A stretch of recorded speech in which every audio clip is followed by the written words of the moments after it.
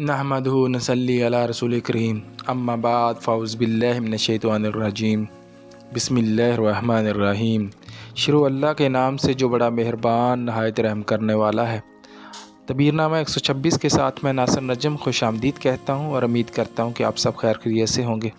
आज का अनवान है ख्वाब में वाटरमेलन यानी तरबूज देखना। अगर कोई शख्स ख्वाब में तरबूज देखता है तो उसकी क्या तबीर हो सकती है, आज इसके हवाले से हम बात करेंगे।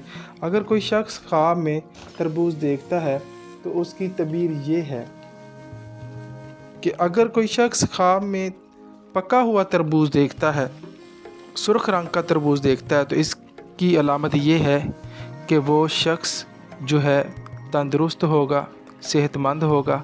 और इसी तरह अगर वो शख्स ख्वाब में कच्चा तरबूज देखता है तो ये अलामत जो है उसके लिए बेहतर नहीं है, ये अलामत उसकी बीमारी की अलामत को शो करती है। पका हुआ तरबूज देखना, तोड़ना या खाना माल और ज़र की अलामत है।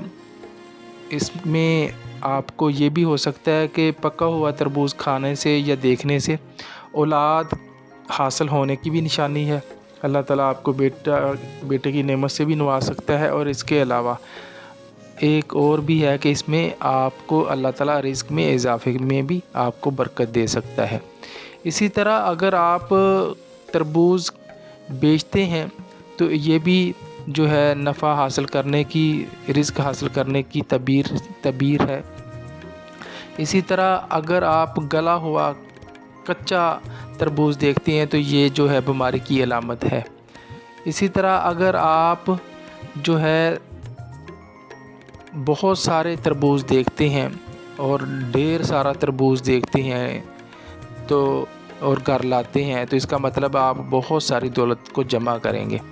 तो लिहाजा तरबूज को देखना, सुर्ख रंग के तरबूज को देखना, खाना, ये अच्छी ख्वाब की अलामत है, माल और ज़र की अलामत है, औलाद हासिल होने की, औलाद अल्लाह ताला की औलाद की नेमत हासिल होने की दलील है।